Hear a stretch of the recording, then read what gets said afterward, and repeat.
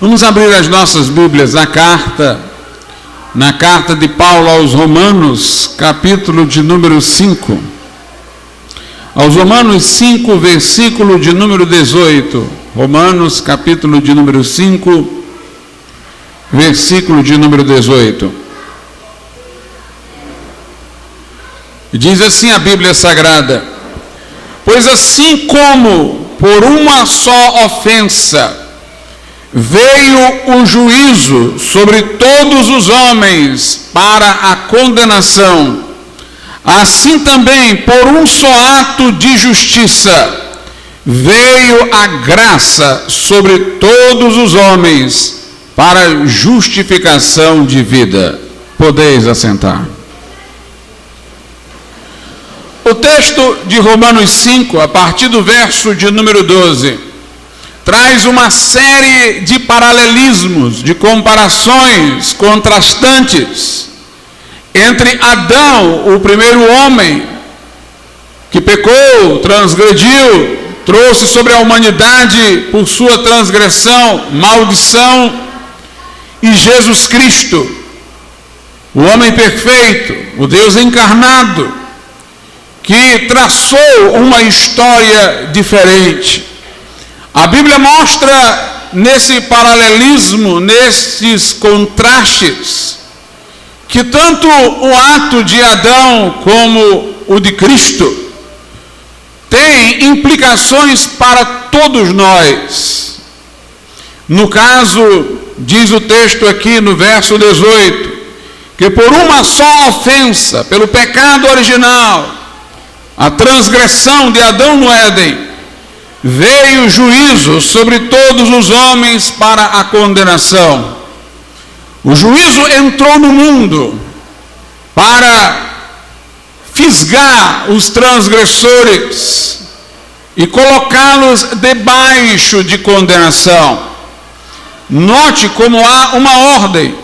A ofensa do primeiro homem atraiu juízo sobre a humanidade, e através do juízo vem a condenação, a sentença. O juízo significa que Deus passou a averiguar, a medir os atos humanos, a colocá-los sob a avaliação de sua lei. E a condenação significa que o homem foi achado em falta, e portanto a sentença é para castigo. Mas quando fala de Jesus, também diz por um só ato de justiça. Se nós fizéssemos uma leitura precipitada deste versículo, imaginaríamos que apenas um ato de Jesus isolado em toda a sua vida seria bastante para trazer salvação ou possibilidade de salvação. Mas quando a Bíblia fala de um só ato de justiça de Jesus, e é uma referência à cruz, ao ato de morrer, de se entregar por nós, ela não quer limitar o que Jesus fez por nós ao instante de sua morte na cruz. Jesus poderia ter vindo ao mundo já adulto, sem ter passado pelo processo de nascimento, crescimento, desenvolvimento. Afinal de contas, Adão não passou por este processo. Ele foi criado, do ponto de vista da aparência física, já adulto. Jesus poderia ter sido enviado assim, já para morrer. Mas a Bíblia diz que ele nasceu de mulher, nasceu debaixo da lei. Ele passou pelo processo de crescimento, desenvolvimento, e obviamente isso tudo não seria em vão, não seria algo que ele passaria e que seria desnecessário para a nossa salvação. Jesus fez o que Adão não fez no princípio. Ele obedeceu a Deus em tudo. Ao crescer, ele crescia fisicamente em estatura, intelectualmente em sabedoria, e no espírito em graça, na proporção de sua idade. Tudo que era para ser recebido de graça, de sabedoria ele tinha na proporção de sua estatura. Ele teve o desenvolvimento perfeito. Jesus foi tentado por Satanás no deserto e resistiu a cada uma das tentações, mostrando fidelidade ao que estava na Escritura, que ele citou contra Satanás a cada investida tentadora. Jesus viveu uma vida perfeita. Quando ele saiu das águas do batismo, no Rio Jordão, quando João Batista o batizou, o Pai do alto disse: este é meu filho amado, em quem me comprazo. Para a nossa salvação, não bastaria Jesus Cristo morrer na cruz. Ele teria que viver primeiramente uma vida humana perfeita, que seria atribuída a nós como se a tivéssemos vivido. É isso que nós chamamos de justificação, quando é contabilizada a nosso favor a vida justa de Jesus, a retidão da vida de Jesus. Quando Deus nos olha não pelo que somos, mas pelo que Jesus foi e é. Mas para Ele poder imputar a sua justiça, atribuir a vida reta que Ele viveu a nós, Ele teria que levar sobre si os nossos pecados. O que Ele fez lá na cruz do Calvário, quando levou os nossos pecados em seu corpo ao madeiro, quando deixou-se traspassar, foi cravado na cruz e recebeu o castigo que agora nos traz a paz. O texto, entretanto, aqui fala que a nossa salvação pode ser resumida a um só ato de justiça. Por quê? Porque a vida reta que Jesus viveu não teria nenhuma vantagem para a nossa salvação se Ele não tivesse ido à cruz. A cruz foi onde houve o giro. Os nossos pecados foram para Ele, a justiça dele vem para nós. Portanto, a cruz é o ato pelo qual a salvação é possível. Ele poderia ter vivido aquela vida reta, que só seria para lhe favorecer como homem diante do Pai. Não nos favoreceria se Ele não tivesse permutado, trocado as posições, levado os nossos pecados na cruz para que levássemos a sua justiça. Neste sentido, então foi por causa da cruz que nós fomos salvos.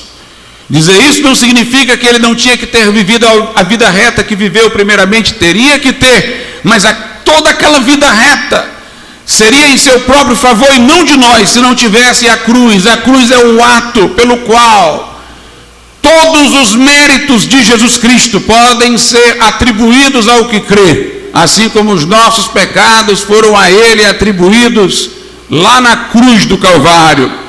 Então Adão perdeu tudo quando comeu do fruto, e Jesus conseguiu tudo para nós quando morreu naquela cruz em nosso lugar.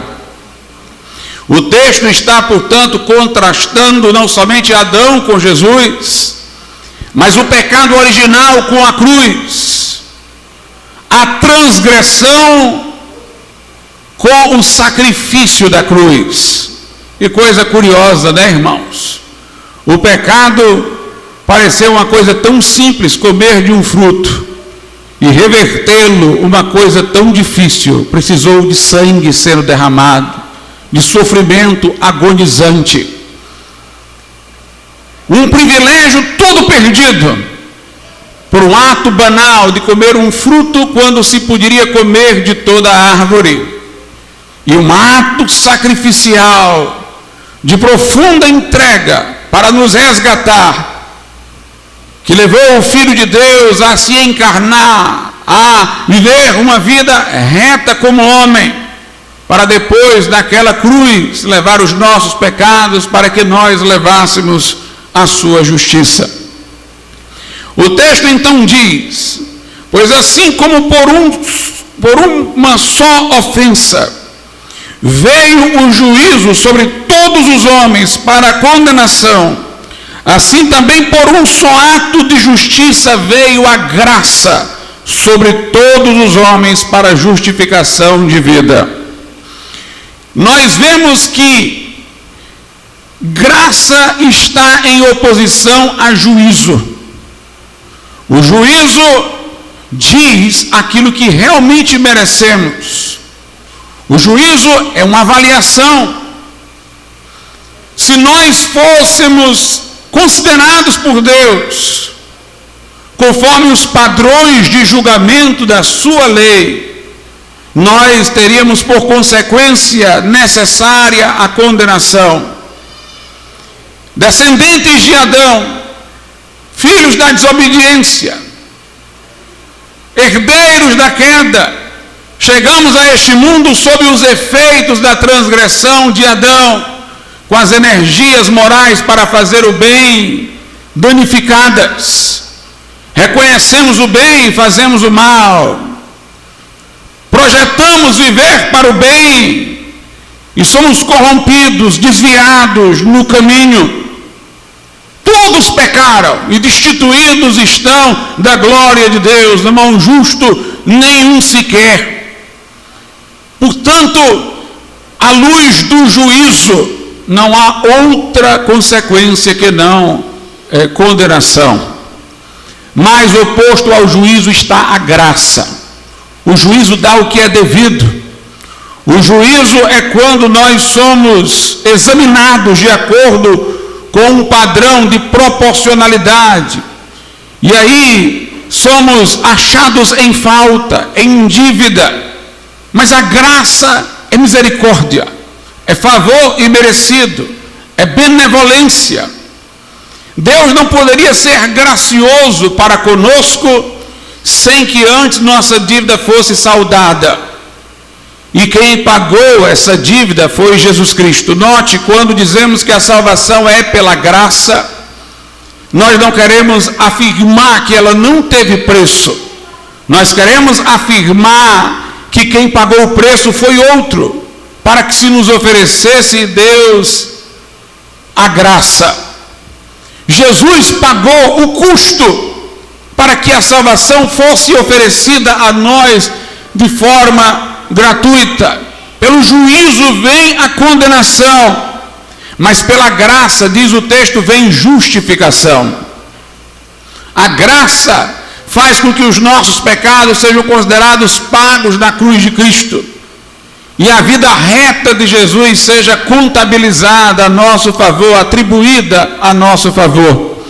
Veja que justificação é um termo forense, judicial. No texto ele está em oposição à condenação, assim como graça está em oposição a juízo, e assim como o ato de justiça está em oposição à ofensa. Ofensa gera juízo, que conduz à condenação. O ato de justiça de Jesus, que não foi a seu próprio favor, mas a favor de nós, morrendo naquela cruz, abriu as portas da graça para que nós pudéssemos ser justificados no tribunal de Deus, inocentados das acusações. Justificação está em oposição à condenação. São termos de julgamento. Ou alguém é condenado ou é justificado, num processo judicial, num juízo, num tribunal. Deus, o justo juiz, se levasse em conta a sua lei, se agisse pelo juízo, nos condenaria. Mas quando confiamos em Jesus Cristo como nosso Salvador, aquele que morreu por nós na cruz, lhe entregamos a vida para que Ele seja o Senhor dela, então Deus não leva em conta mais os nossos pecados, os considera pagos na cruz, e considera a vida reta de Jesus creditada a nós. Aí atua a graça, o favor imerecido, a justificação. Somos justificados no tribunal de Deus. Mas aqui tem uma palavra que é acrescentada: justificação de vida.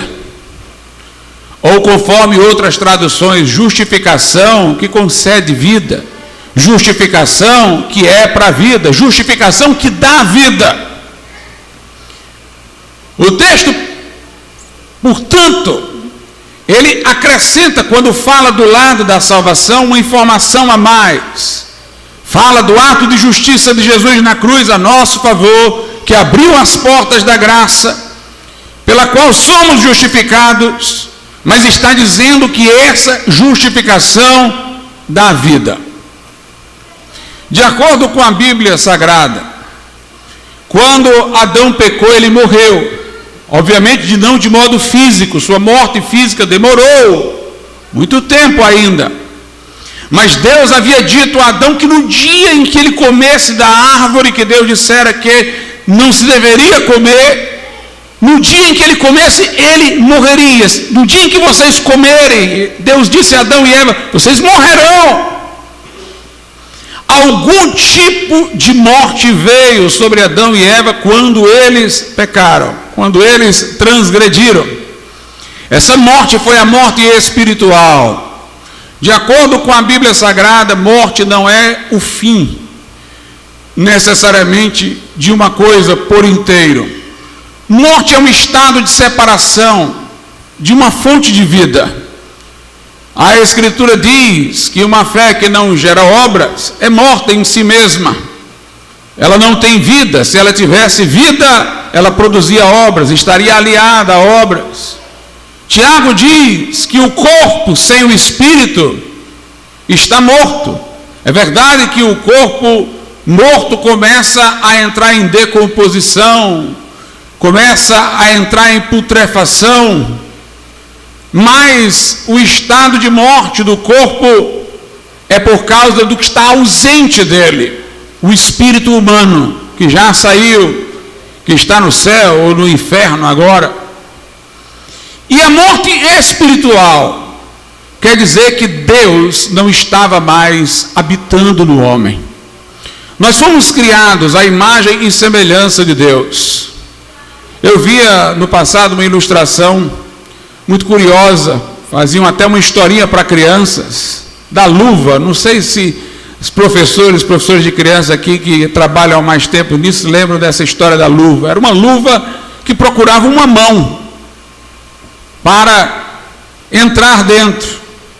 E aí essa luva tentava entrar na mão de um porco, de um cavalo, e não conseguia porque não se encaixava.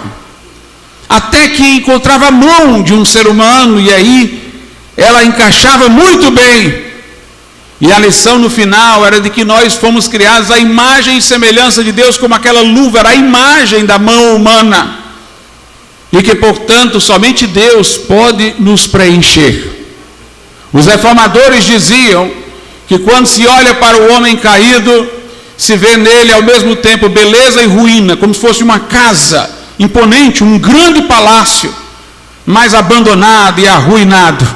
Você vê uma grandeza que ficou para trás e você vê uma ruína presente. É como se você olhasse para o homem caído e dissesse: um dia Deus já habitou aqui. Um dia isso daqui foi pensado para ser morada de Deus. Nós temos faculdades excelentes que nos aparentam aos anjos e não aos animais, a inteligência, a liberdade, a moralidade. Mas ao mesmo tempo vemos os homens usando sua inteligência para coisas ruins, transgredindo a moralidade, usando sua liberdade para desafiar o próprio Deus. Fomos criados para ser templos do Espírito Santo, para que Deus estivesse em nós estivéssemos em comunhão com Deus. Quando Adão pecou, a presença de Deus já não lhe era mais uma coisa prazerosa, mas que o inquietava. Ele escondeu-se. Quando Deus apareceu depois que ele pecou e perguntou: aonde estás, Adão? Ele se escondeu. Ele disse: eu estou com medo. A presença de Deus já não era mais para ele um prazer, mas uma ameaça. Ele sabia, por força de sua consciência, que Deus agora estava em posição de julgá-lo, e não de ser o seu cordial amigo, como vinha sendo. Adão foi expulso do jardim do Éden. e foi amaldiçoado, vai agora se afadigar no trabalho, a terra não vai ser fácil, vai produzir espinhos e abrolhos. A mulher vai dar à luz a filhos com dores, que serão multiplicadas. O homem foi expulso da presença de Deus. Essa é a morte espiritual. E todos os homens que vêm ao mundo, que estão sob essa condição adâmica, vêm ao mundo em estado de morte espiritual. Nós, antes da conversão, vivos fisicamente, porque tínhamos o nosso espírito próprio, pessoal, estávamos espiritualmente mortos, porque em nosso espírito próprio, pessoal, não habitava o Espírito de Deus. Em Provérbios a Bíblia diz que o Espírito é a lâmpada do Senhor, o Espírito do homem. Então é como se o homem tivesse agora uma lâmpada apagada. Por isso que às vezes também a Escritura procura designar esse estado de morte espiritual como sendo um estado de trevas. Os que não são crentes, Paulo diz, estão entenebrecidos no entendimento, em trevas no seu entendimento, mortos espiritualmente. O consolo que o homem tem aqui, que não vai ter no inferno, é que aqui ele pode ter elementos que o façam recordar de Deus e da bondade que Deus teve para com o homem quando o criou.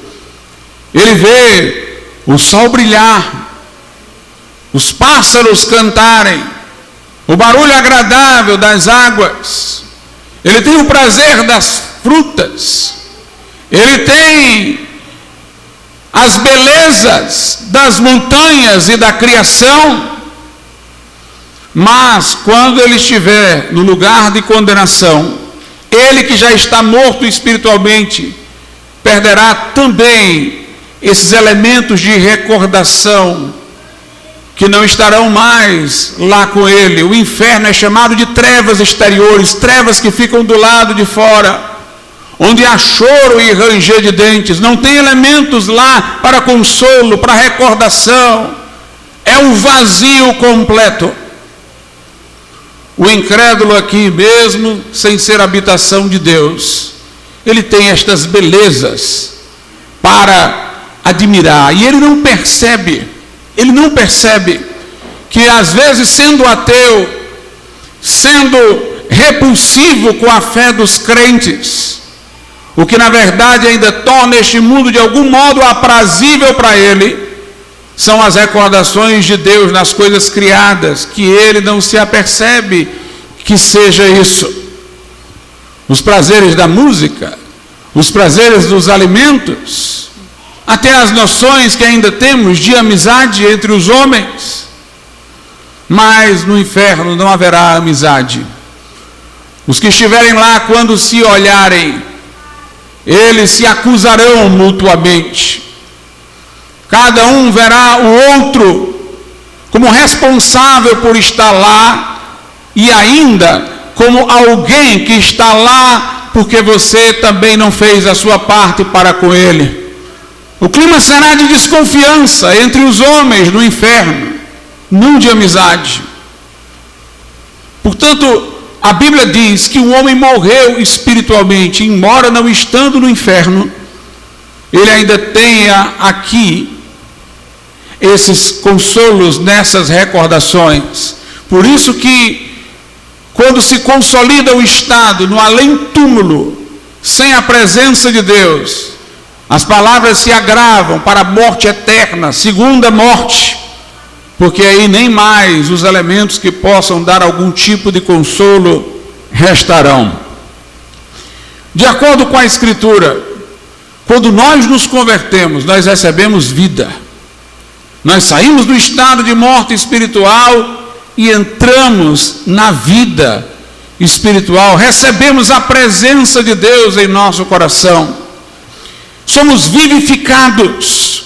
Essa é a linguagem da Bíblia. Lá no Evangelho de João, no capítulo de número 5, a Bíblia Sagrada diz o seguinte, no verso 24: na verdade vos digo, é Jesus quem fala, quem ouve a minha palavra e crê naquele que me enviou, tem a vida eterna. Note, ele não diz terá, tem já, posse presente, e não entrará em condenação, mas passou da morte para a vida. Já passou da morte para a vida. Note, ele diz que o que crê nele tem a vida eterna e não entra em condenação. Por quê? Porque o que crê nele é justificado, é inocentado das acusações, e a justificação, conforme o texto que lemos, é uma justificação de vida, é uma justificação que dá vida. É uma das grandes questões teológicas. Vivificação, que é o que nós chamamos de novo nascimento, regeneração, e justificação acontecem no mesmo momento. Na hora que alguém é vivificado, na hora que alguém é regenerado, é também justificado. A questão é, se não há ordem cronológica, qual seria, porém, a ordem lógica? O que vem primeiro? O que causa o quê? Embora aconteçam no mesmo instante. Os nossos irmãos calvinistas acreditam que a vivificação, a regeneração acontece antes da justificação. Mas nós não, nós cremos, conforme o texto de Romanos, que a justificação é que dá vida. Primeiro, nos arrependemos, cremos no Senhor Jesus como nosso Salvador, somos justificados, absolvidos de condenação no seu tribunal e recebemos vida. É tudo na mesma hora, justificados e vivificados, no mesmo instante. Mas do ponto de vista lógico, é a justificação que dá vida, e não a vida que dá a justificação. E o texto aqui diz que aquele que tem vida não entrará em condenação, exatamente porque se ele recebeu vida é porque já foi justificado para ter recebido vida. João 5,24, releio, na verdade vos digo que quem ouve a minha palavra, crê naquele que me enviou, tem a vida eterna, não entrará em condenação, porque se ele recebeu a vida eterna, foi justificado para tê-la recebido, mas passou da morte para a vida. Em João 5,40, Jesus diz, e não quereis vir a mim para terdes vida. O crente, irmãos, é aquele que veio a Jesus para ter vida. Em Jesus encontrou vida. Nós temos aqui uma coisa interessante.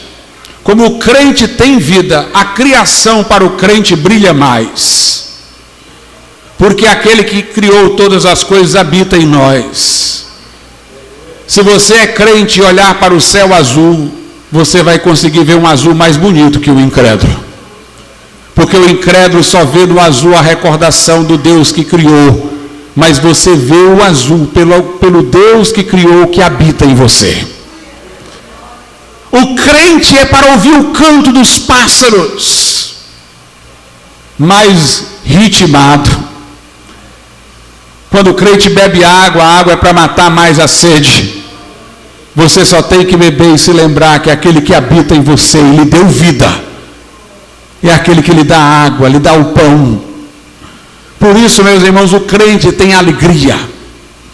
O incrédulo tem momentos de euforia, de algum prazer que se esvai no tempo. Mas o crente tem alegria, porque ele tem a vida de Deus dentro dele.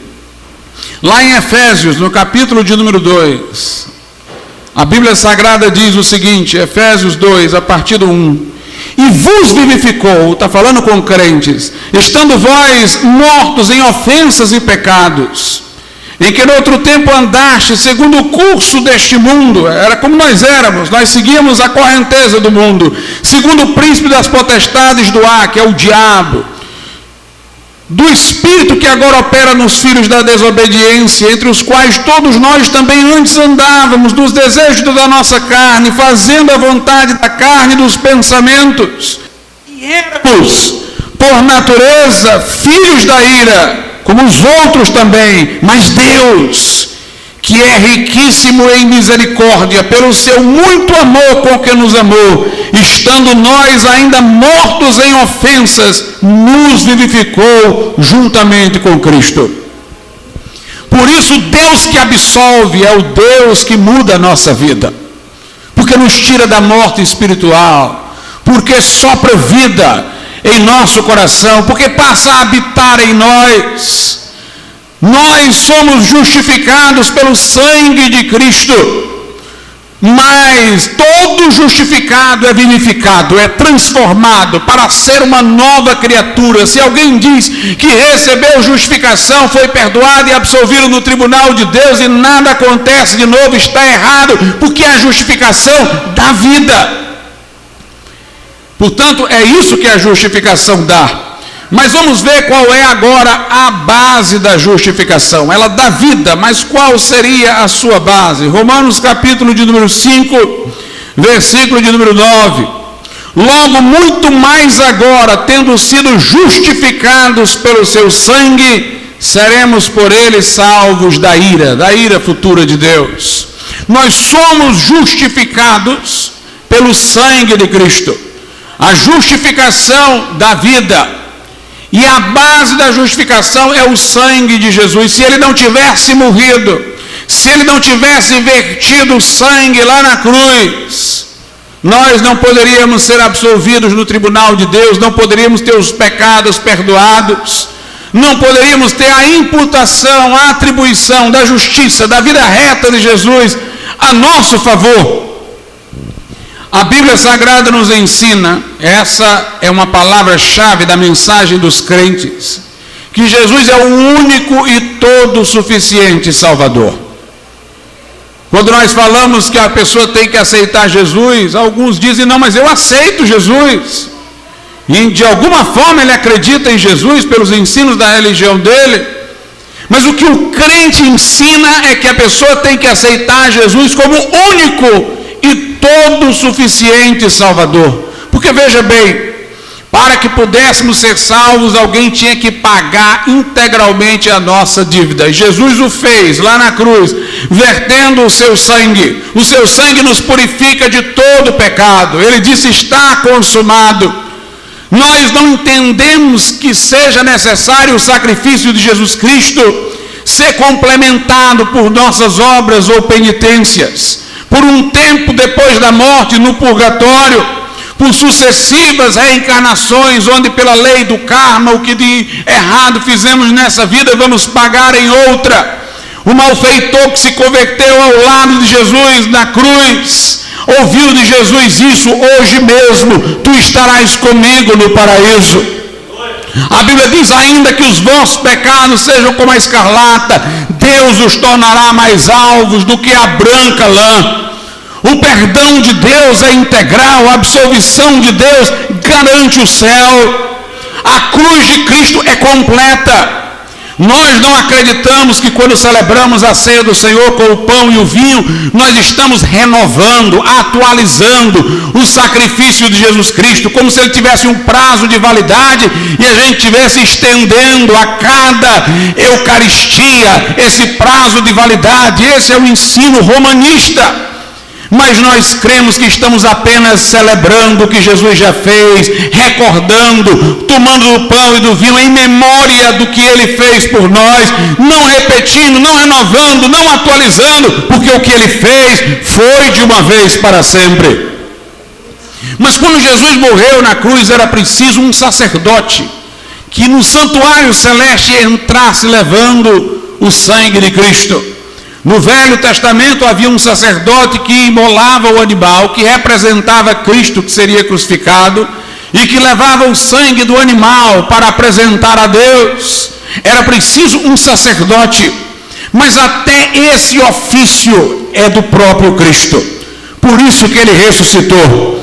Ele é o sacrifício que é dado lá na cruz do Calvário por nós, e ressurreto, ele se torna um sacerdote que sobe ao céu, entra no santuário celeste com o seu próprio sangue.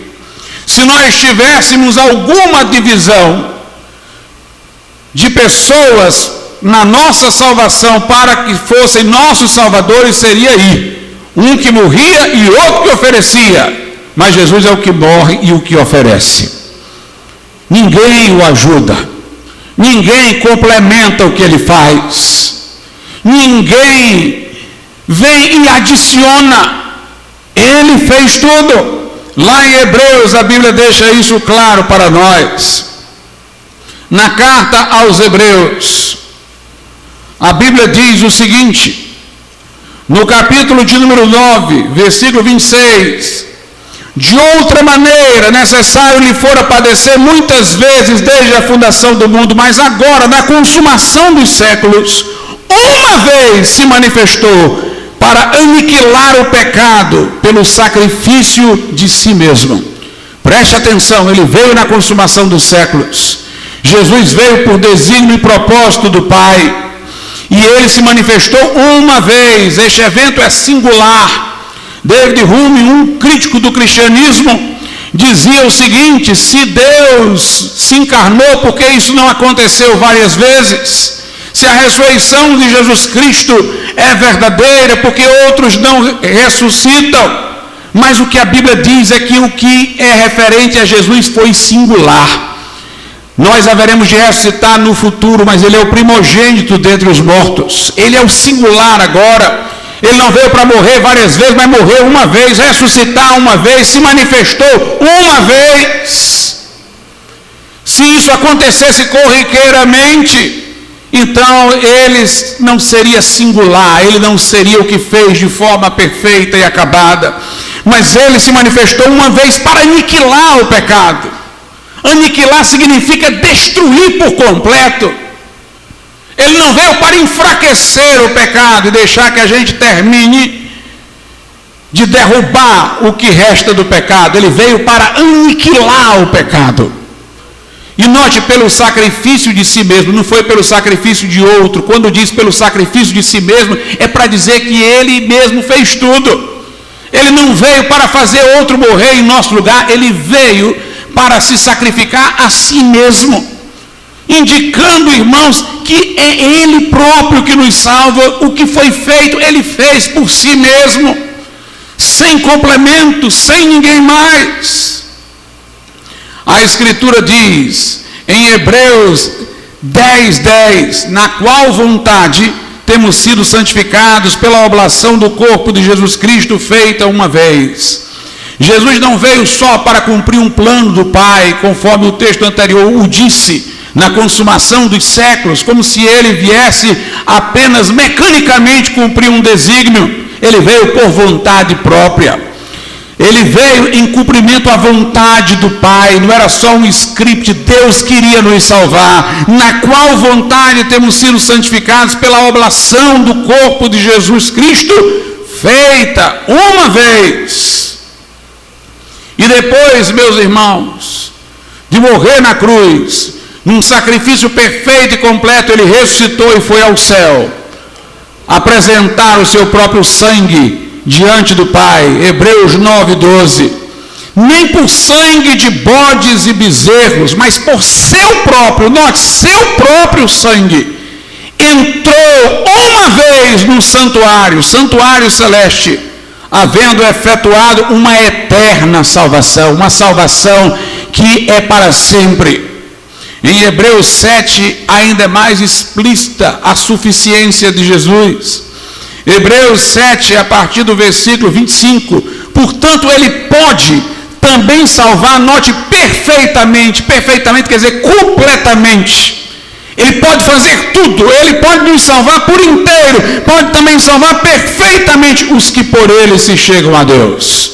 Ele não salva aqueles que vão a Deus por Maria, por santos ou por outra coisa, mas os que por ele se chegam a Deus, vivendo sempre para interceder por eles.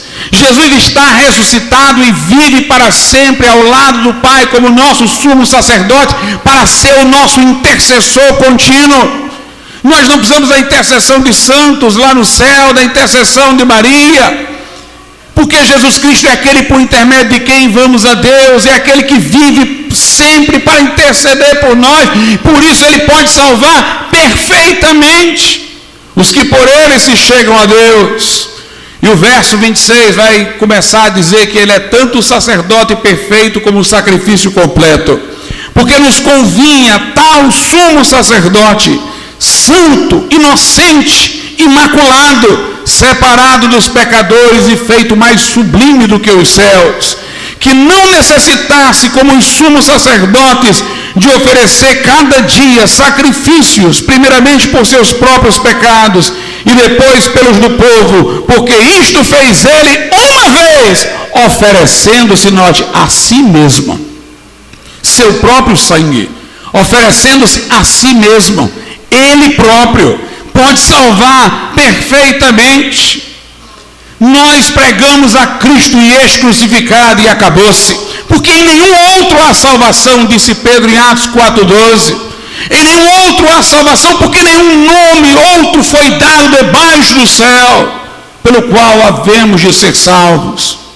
Para que alguém possa receber a justificação que dá vida, tem que se arrepender dos seus pecados e confiar em Jesus como o único e suficiente Salvador, e confiar no sangue que ele verteu na cruz. Somos justificados através do seu sangue, através da sua morte expiatória.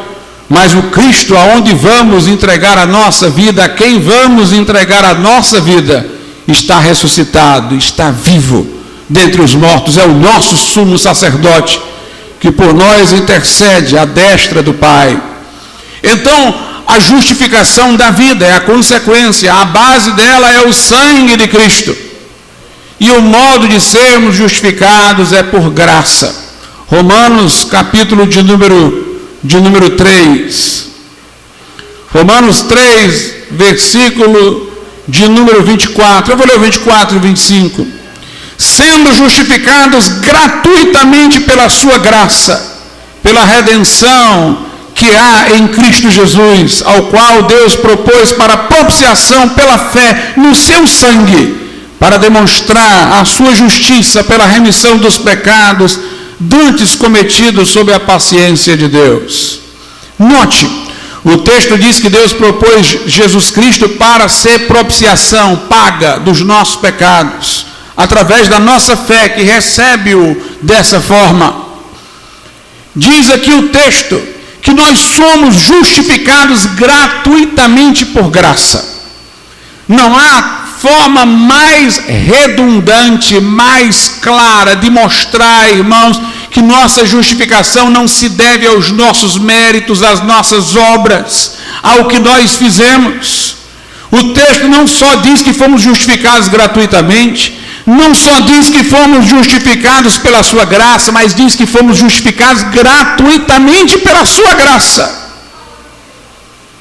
pela redenção que não está em nós, mas está em Cristo Jesus. Fomos justificados pelo que está nele, não pelo que está em nós, não por nossas obras, mas pela graça, gratuitamente, por graça, através da fé. O verso 28 de Romanos 3 diz: concluímos, pois, que o homem é justificado pela fé sem as obras da lei. Você não tem obras para oferecer a Deus. Suas melhores justiças, diz o profeta Isaías, suas melhores obras, aquelas pelas quais você acha que é melhor do que o outro, diante de Deus não passam de trapos da imundície. Todos pecaram e destituídos estão da glória de Deus. Pela ofensa de um entrou o juízo, que se nos avaliar, seremos condenados. Mas por um só ato de justiça,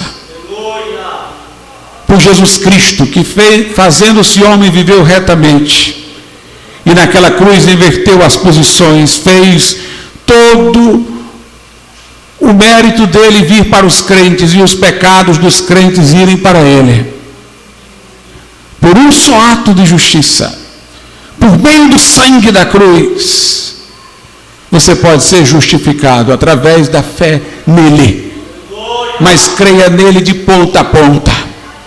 Não creia nele e diga: mas eu posso ajudá-lo com alguma coisa que eu fiz. Você não tem nada para ajudá-lo.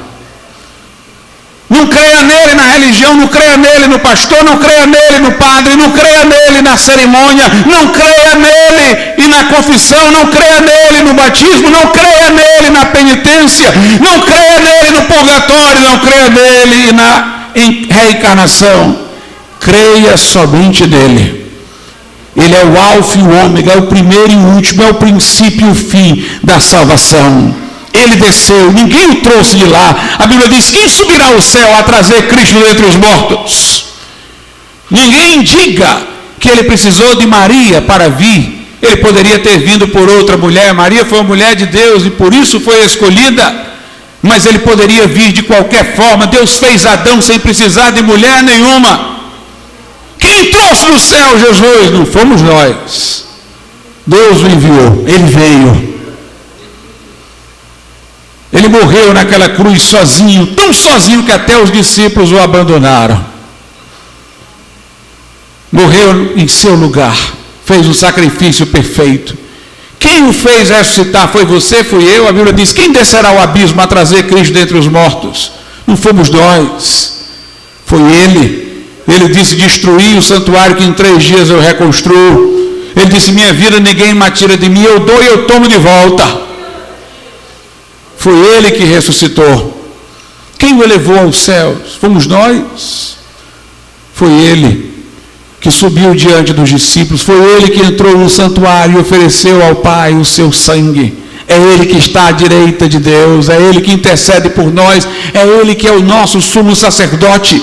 Creia só nele como seu salvador pessoal. Confie nele, entregue a Ele a vida.